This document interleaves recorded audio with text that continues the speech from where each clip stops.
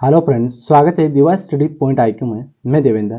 साथियों, आज इस वीडियो में इंडिया जीके के टॉप 50 क्वेश्चनों की चर्चा करेंगे।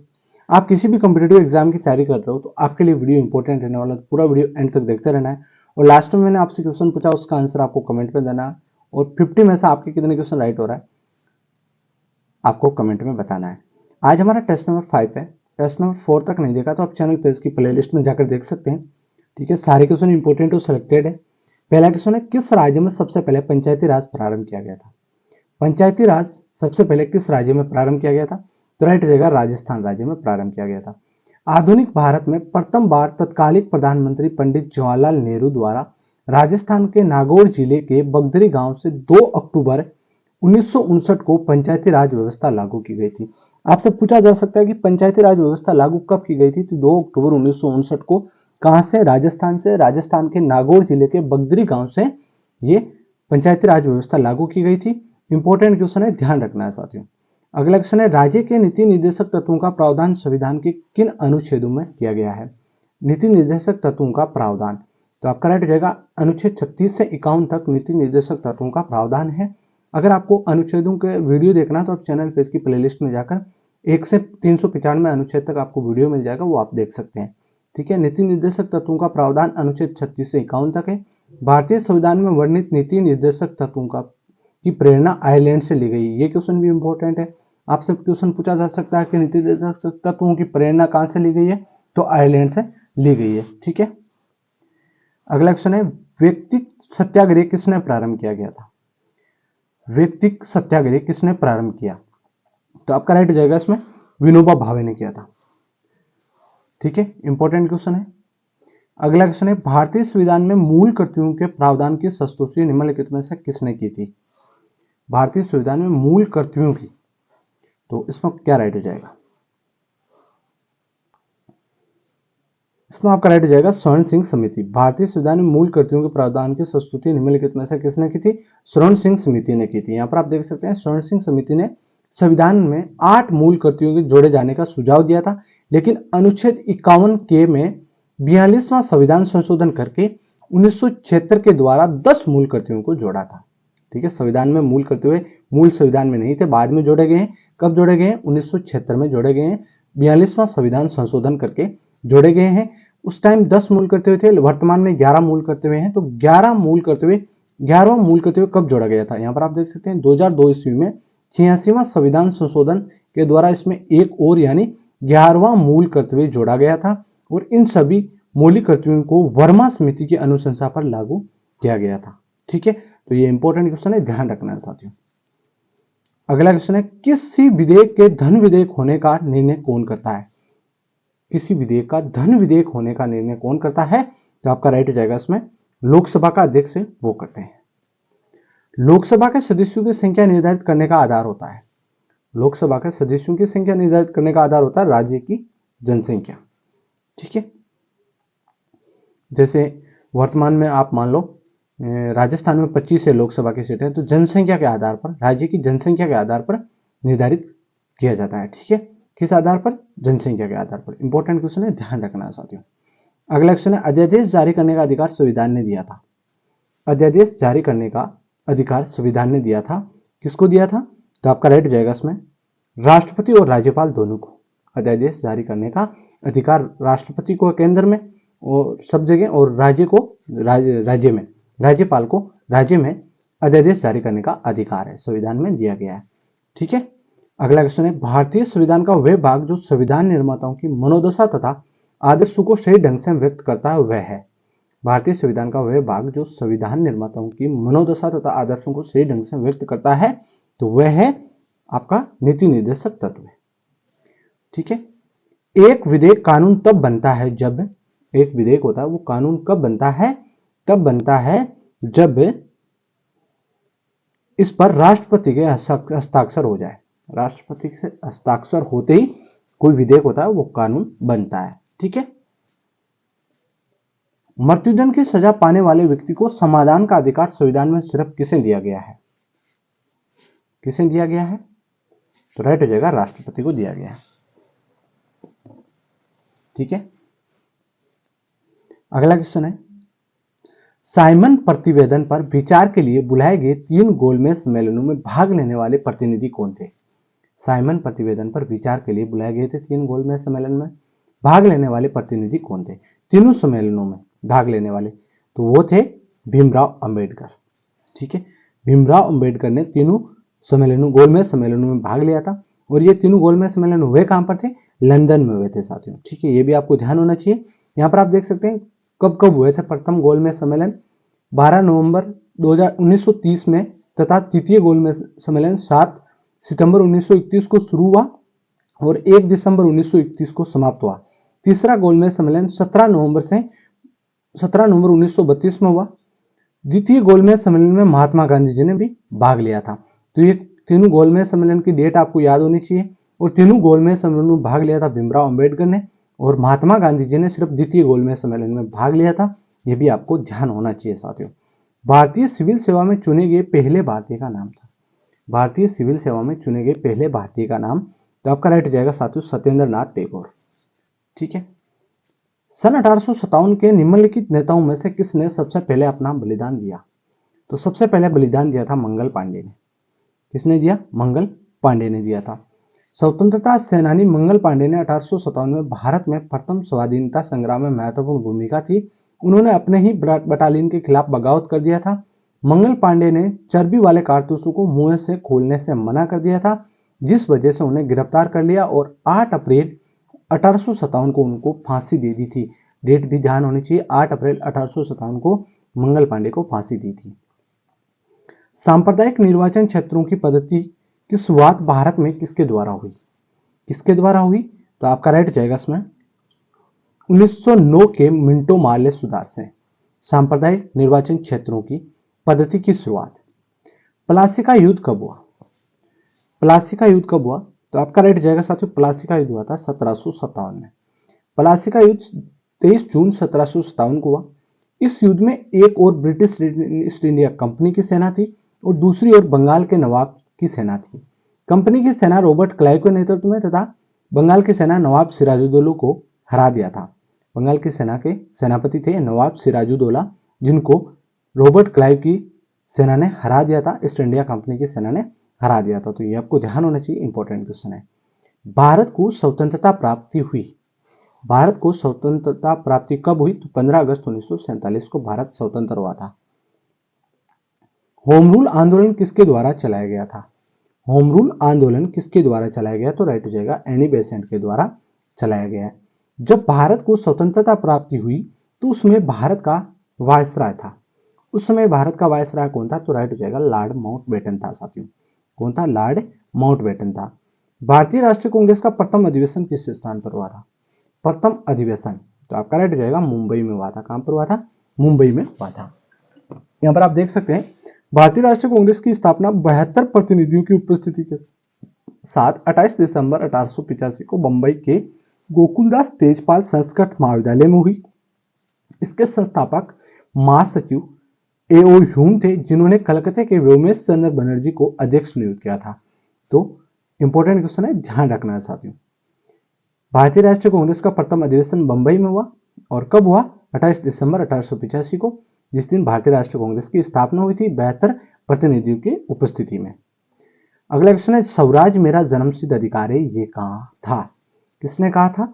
तो स्वराज मेरा जन्मसिद्ध अधिकार है, ये कहा था लोकमान्य तिलक ने, बाल गंगाधर तिलक ने कहा था। भारत में अंग्रेजी शिक्षा प्रारंभ की थी। अंग्रेजी शिक्षा प्रारंभ किसने की? तो आपका राइट जाएगा इसमें लॉर्ड मेकाले ने। लॉर्ड मेकाले ने। बंगाल में स्थायी बंदोबस्त किसने शुरू किया?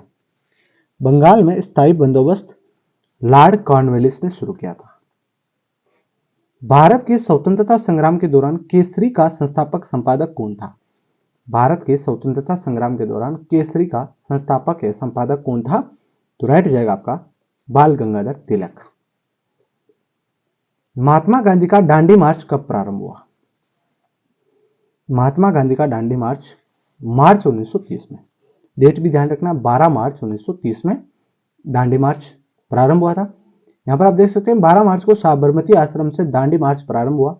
ठीक 6:30 बजे गांधी जी ने अपने 79 अनुयायियों के साथ आश्रम छोड़ा और मार्च आरंभ किया, दांडी मार्च आरंभ किया। दांडी तक की 241 मील की दूरी उन्होंने 24 दिनों में पूरी की थी। तो इंपॉर्टेंट क्वेश्चन है, ध्यान रखना है साथियों। जन गण मन कब और कहां पर सर्वप्रथम गाया गया था? जन गण मन कब और कहां पर सर्वप्रथम गाया गया था? तो आपका राइट हो जाएगा इसमें 1911 में कलकत्ते में गाया गया था। जन गण मन भारत का राष्ट्रगान है, अत्यधिक संस्कृतनिष्ठ बंगाली में लिखा गया है। यह नोबेल पुरस्कार विजेता रविंद्रनाथ टैगोर द्वारा रचित एक ब्रह्म भजन के 5 चरणों में से पहला है। इसे पहली बार 27 दिसंबर 1911 को, डेट भी ध्यान रखना है, 27 दिसंबर 1911 को भारतीय राष्ट्रीय कांग्रेस के कलकत्ते सत्र में गाया गया था, कलकत्ते के अधिवेशन में गाया गया था। ठीक है। गदर पार्टी का नेता कौन था? गदर पार्टी का नेता कौन था? तो आपका राइट जाएगा साथियों, लाला हरदयाल थे। ठीक है। निम्नलिखित महिलाओं में से कौन अखिल भारतीय कांग्रेस की सर्वप्रथम अध्यक्षता की? तो निम्नलिखित महिलाओं में से कौन अखिल भारतीय कांग्रेस की सर्वप्रथम अध्यक्षता की? तो वो कौन थी? वो थी एनी बेसेंट।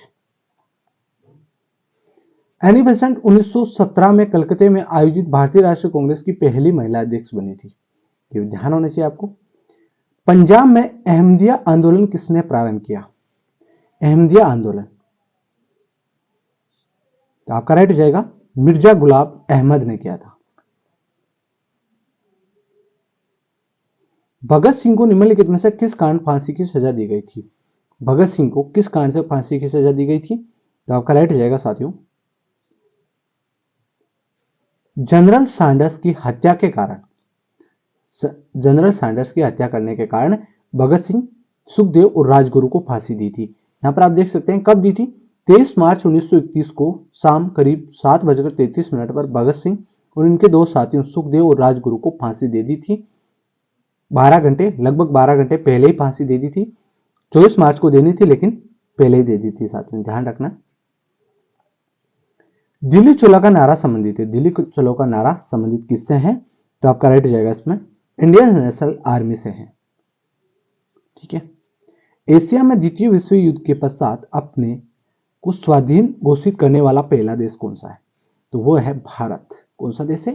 भारत देश है साथियों। 13 अप्रैल 1919 को जलियांवाला बाग में एक आम सभा आयोजित की गई थी। आम सभा आयोजित की गई थी, कहां पर की गई थी? लोकप्रिय नेताओं की गिरफ्तारी का विरोध करने के लिए आम सभा 13 अप्रैल 1919 को जलियांवाला बाग में एक आम सभा आयोजित की गई थी। किस लिए? लोकप्रिय नेताओं की गिरफ्तारी का विरोध करने के लिए यह आम सभा आयोजित की गई थी। सीमांत गांधी के नाम से जाना जाता है। सीमांत गांधी के नाम से कौन जाने जाते हैं?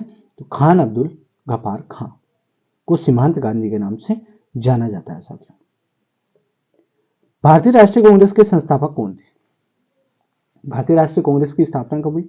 1885 में हुई थी, हमने पीछे चर्चा की थी। लेकिन इनके संस्थापक आपसे पूछे तो आपका राइट हो जाएगा साथियों, इनके संस्थापक थे ए.ओ. ह्यूम। ठीक है, ए.ओ. ह्यूम। भारतीय राष्ट्रीय कांग्रेस के अनुरोध पर 1938 में एक राष्ट्रीय योजना समिति का गठन किया गया था। उसके माध्यम कौन थे? तो राइट हो जाएगा साथियों जवाहरलाल नेहरू। सती प्रथा का निषेध किया गया था। सती प्रथा का निषेध, तो सती प्रथा का निषेध आपका राइट हो जाएगा 1829 में किया था। ब्रिटिश शासित भारत के पहले governor general Lord William Bentinck ने दिसंबर 1829 में सती प्रथा को प्रतिबंध कर दिया था। ये एक प्राचीन हिंदू प्रथा थी जिसमें पति के अंतिम संस्कार के दौरान विधवा पत्नी भी चिता के साथ आत्मदाह कर लेती थी। तो साथियों सती प्रथा पर निषेध 1829 में किसके द्वारा? विलियम बेंटिंक के द्वारा 1829 में। ठीक है। पूना पैक्ट किसके मध्य हुआ था? पूना पैक्ट किसके मध्य हुआ था? तो पूना पैक्ट हुआ था अंबेडकर और गांधी के मध्य। ठीक है। पूना पैक्ट अथवा पूना समझौता भीमराव अंबेडकर और महात्मा गांधी के मध्य पुणे के यरवदा सेंट्रल जेल में 24 सितंबर 1932 को हुआ था। डेट भी ध्यान रखनी है। नीली क्रांति का संबंध किससे है? नीली क्रांति का संबंध किससे है? तो आपका राइट हो जाएगा इसमें मत्स्य उत्पादन से है नीली क्रांति का संबंध। केंद्र सरकार के महत्वाकांक्षी राष्ट्रीय ग्रामीण रोजगार गारंटी कानून नरेगा के साथ किस महापुरुष का नाम जोड़ा गया है? राइट जगह महात्मा गांधी का नाम जोड़ा गया है। प्रतिस्थापन लोच की अवधारणा प्रस्तुत की। प्रतिस्थापन लोच की अवधारणा किसने प्रस्तुत की? तो आपका राइट जाएगा इसमें हिक्स ने की थी। किसने की? हिक्स ने। भारत में आर्थिक नियोजन कब प्रारंभ हुआ? भारत में आर्थिक नियोजन कब प्रारंभ हुआ? 1 अप्रैल 1951 को हुआ था। भारत की पहली मानव विकास रिपोर्ट कब जारी हुई? पहली मानव विकास रिपोर्ट HDR कब जारी की गई थी?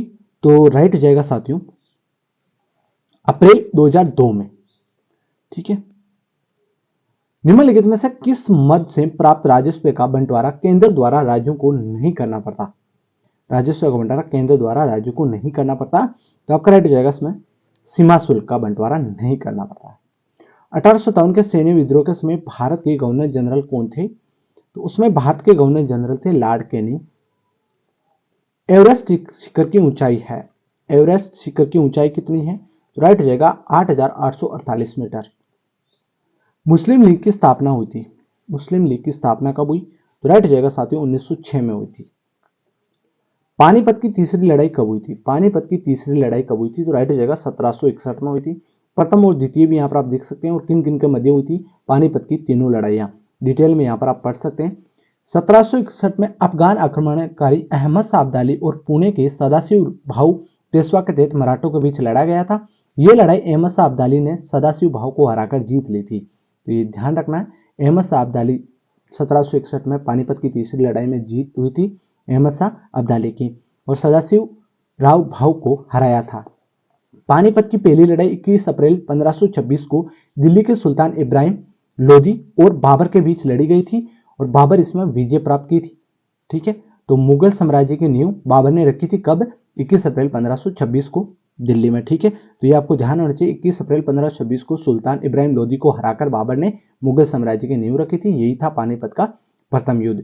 और पानीपत का दूसरा युद्ध 5 नवंबर 1556 को उत्तर भारत के हिंदू शासक सम्राट हेमचंद्र विक्रमादित्य, लोकप्रिय नाम हेमू था, और अकबर की सेना के बीच पानीपत के मैदान में लड़ा गया था और अकबर ने इसमें विजय प्राप्त की थी। तो दूसरा युद्ध 1556 में, पहला 1526 में और तीसरा 1761 में। ये तीनों ध्यान होने चाहिए किन किन के मध्य लड़ाई हुई थी, ये क्वेश्चन बार बार पूछा जाता है। निम्नलिखित में से किसको दीनबंधु कहा जाता है? दीनबंधु किसको कहा जाता है? तो राइट हो जाएगा आपका CF एंड्रस को दीनबंधु कहा जाता है। भारत में आने वाले प्रथम अमेरिकी राष्ट्रपति कौन थे? तो आपका राइट हो जाएगा डवाइट आइजनहावर, भारत में आने वाले प्रथम अमेरिकी राष्ट्रपति। ठीक है, मोर को भारत के राष्ट्रीय पक्षी के रूप में मान्यता कब प्रदान दी गई थी? मान्यता प्रदान की गई थी, तो मोर को भारत का राष्ट्रीय पक्षी, तो राइट हो जाएगा साथियों 1952 में मोर को भारत का राष्ट्रीय पक्षी के रूप में मान्यता प्रदान दी गई थी। इसका आंसर आपको कमेंट में देना है। भारत में किस राज्य की समुद्री तटरेखा सबसे लंबी है? समुद्री तटरेखा 9 राज्यों की समुद्री तटरेखा लगती है, गुजरात, महाराष्ट्र, गोवा, कर्नाटक, केरल, तमिलनाडु, आंध्र प्रदेश, ओडिशा और पश्चिम बंगाल, इन 9 राज्यों की सीमा लगती है। 9 राज्यों में से सबसे लंबी तटरेखा किसकी है? तो इसका आंसर आपको कमेंट में देना है और 50 में से आपके कितने क्वेश्चन राइट हो रहे हैं ये भी आपको कमेंट में देना है साथियों। तो साथियों वीडियो कैसा लगा लाइक शेयर सब्सक्राइब करें। धन्यवाद, जय हिंद।